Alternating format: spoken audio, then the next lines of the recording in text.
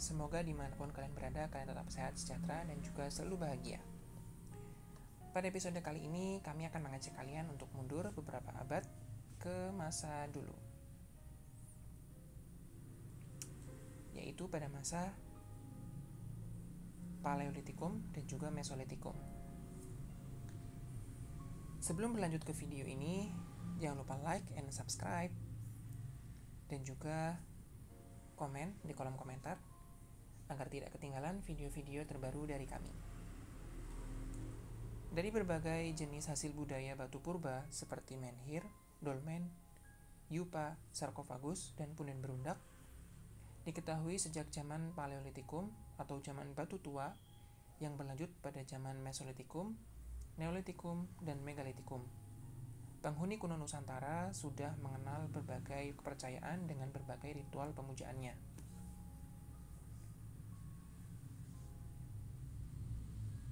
Keberadaan ruh di mana-mana adalah sebagian saja dari kepercayaan kuno yang dipelajari. Sedangkan sebagian yang lain merupakan keyakinan bahwa perbuatan-perbuatan yang cocok memungkinkan memanggil, mendamaikan, atau mengusirnya. Kedua bagian tersebut berpasangan, kegiatan dukun atau datu beserta ilmu sihir mereka yang menjadikan alam manusia penuh dengan berbagai ruh. Kepercayaan kuno ini banyak tersebar luas sejak dari India, Indochina, Indonesia, Tiongkok Selatan, hingga pulau-pulau Pasifik.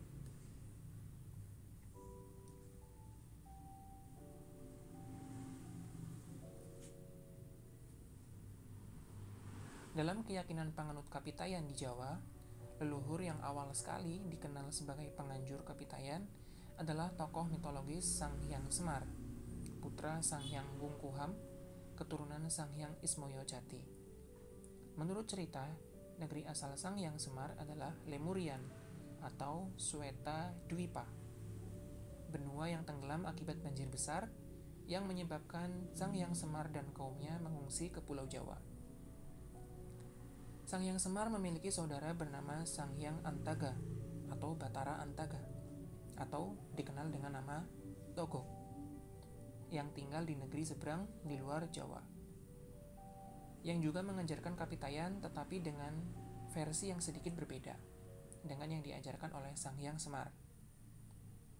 Saudara Sang Hyang Semar yang lain bernama Sang Hyang Manikmaya atau Sang Hyang Jagatnata atau Batara Guru, yang menjadi penguasa di ketiga dunia, kediaman para leluhur yang disebut Kahyangan.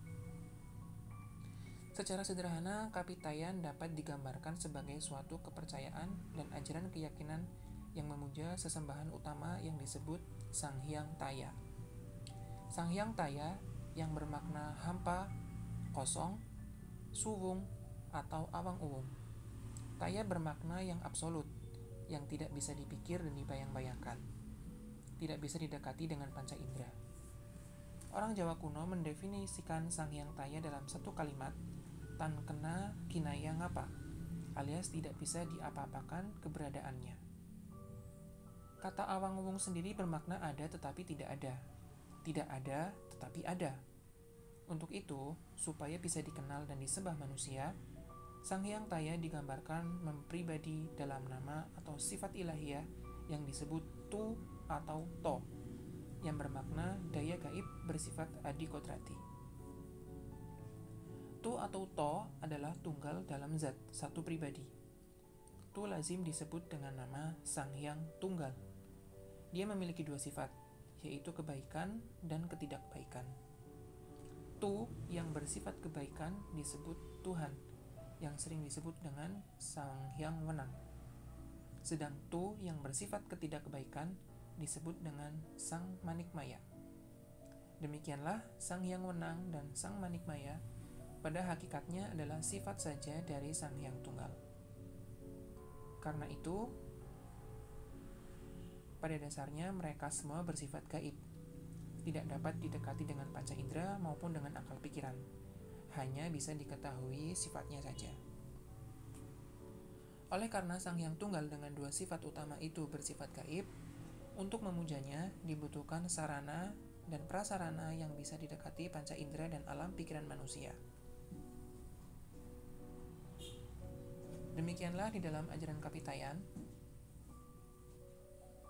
dikenal yang menyatakan bahwa kekuatan gaib dari Sang Hyang Taya yang mempribadi disebut Tu atau To itu bersembunyi dalam segala sesuatu yang memiliki nama terkait dengan kata Tu atau To, seperti watu atau batu, tugu, tungkup atau bangunan suci, tulang, tunda atau bangunan yang bertingkat, tunggul atau panji-panji, tunggal atau satu, tuk atau mata air, tuban atau air terjun, tumbak atau sejenis lembing, tunggak atau batang pohon, tulup atau sumpit, turumbukan atau pohon beringin, untu atau gigi, pintu, tutut, hati atau limpa, tutuk, goa atau mulut, topeng, tosan, topong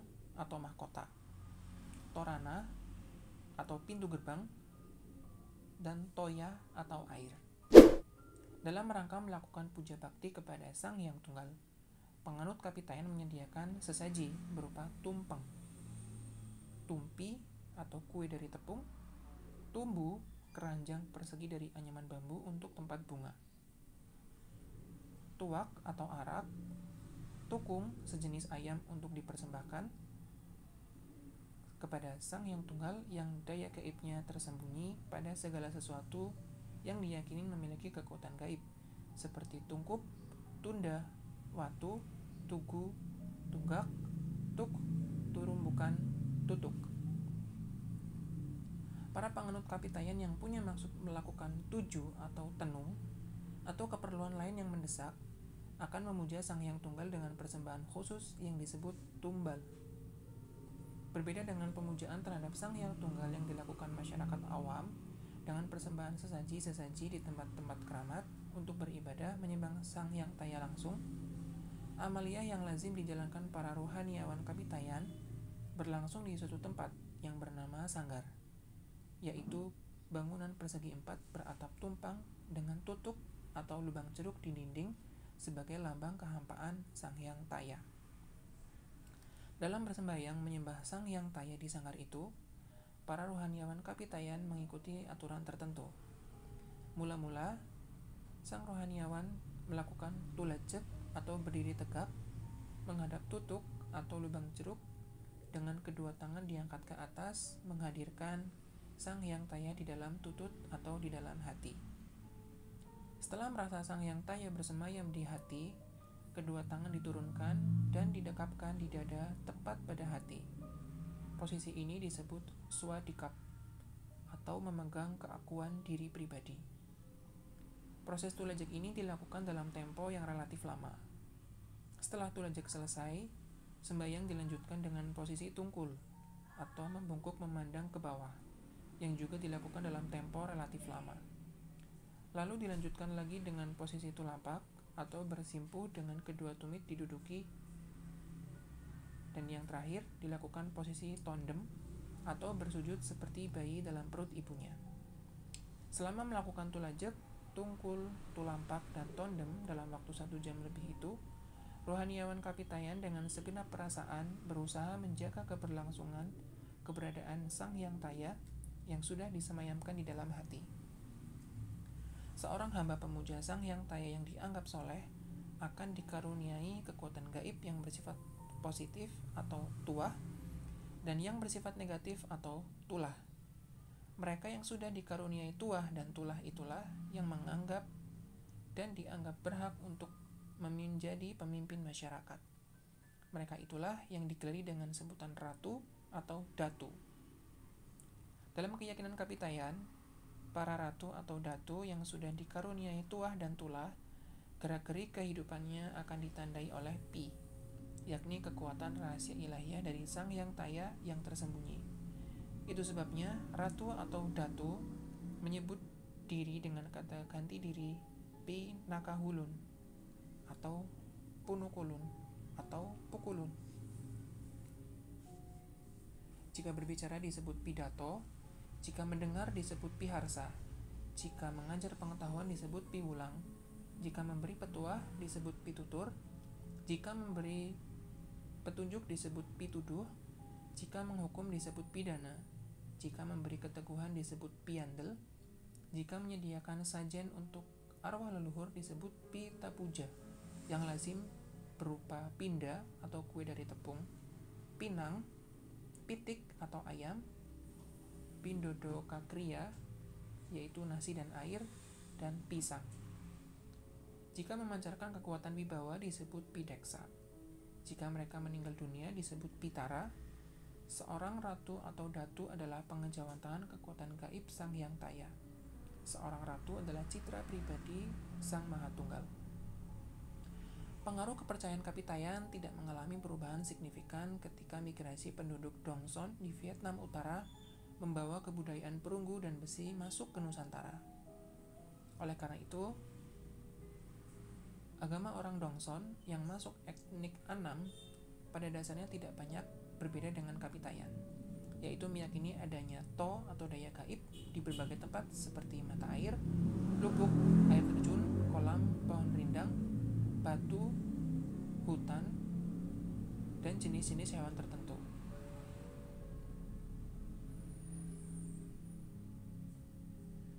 Hal ini terjadi sebagai dampak dari terjadinya migrasi penduduk besar-besaran dari daratan Asia Tenggara dan juga dimungkinkan akibat perdagangan laut yang saat itu dilakukan oleh suku-suku Melayu yang melakukan hubungan dengan suku bangsa di India, Indochina, Indonesia, Tiongkok Selatan, Australia, dan pulau-pulau di Pasifik melalui jalur laut.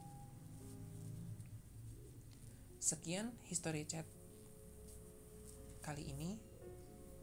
Semoga informasi yang kami bagikan bermanfaat untuk kita semua. Sampai jumpa di History Chat selanjutnya. Terima kasih.